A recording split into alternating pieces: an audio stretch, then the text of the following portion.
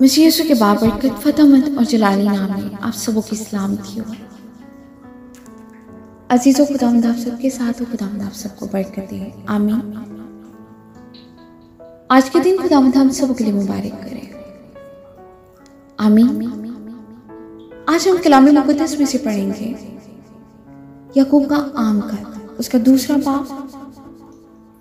आए मेरे भाइयों, हमारे खुदावंद जुलजलाल यीशु मसीह का ईमान तुम में तरफदारी के साथ ना हो, क्योंकि अगर एक शख्स तो सोने की अंगूठी और उम्दा पोशाक पहने हुए तुम्हारी जमात में आए और एक गरीब आदमी मैले कुचैले कपड़े पहने हुए आए और तुम उस उम्दा पोशाक वाले का लिहाज करके कहो कि तू यहाँ अच्छी जगह बैठ, और उस गरीब शख्स से कहो कि तू वहां खड़ा रह या मेरे पांव की चौकी के पास बैठ, तो क्या तुमने आपस में तरफदारी ना की और बदनीयत मनसिफ ना बने?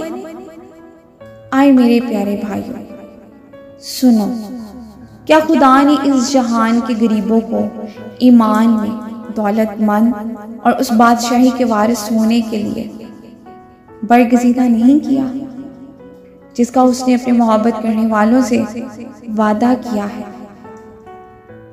लेकिन तुमने गरीब आदमी की बेइज्जती की। क्या दौलतमंद तुम पर जुल्म नहीं करते और वही तुम्हें अदालतों में घसीट कर नहीं ले जाते? क्या वो उस बुजुर्ग नाम पर कुफर नहीं बकते जिसे तुम नामर्द हो? तो भी अगर तुम इस नविश्ता के मुताबिक कि अपने पड़ोसी से अपनी मानद मोहब्बत रख और उस बादशाही शरीयत को पूरा करते हो तो अच्छा करते हो, लेकिन अगर तुम तरफदारी करते हो तो गुनाह करते हो।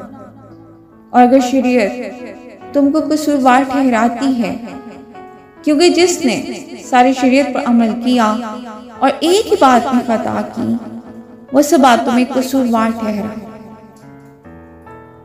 इसलिए कि जिसने ये फरमाया कि ज़िना ना कर, उसी ने ये भी फरमाया कि खून ना कर।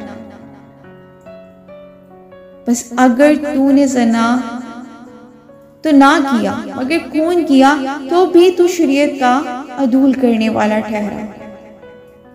तुम उन लोगों की तरह कलाम भी करो और काम भी करो जिनका आज़ादी की शर्त के मुआफिक इंसाफ होगा, क्योंकि जिसने रहम नहीं किया उसका इंसाफ बगैर रहम के होगा, और रहम इंसाफ पर गालिब आता है, आमीन। खुदावंद के जिंदा पाक कलाम के पढ़े और सुने जाने में उसकी बरकत हो। खुदावंद का शुक्र हो।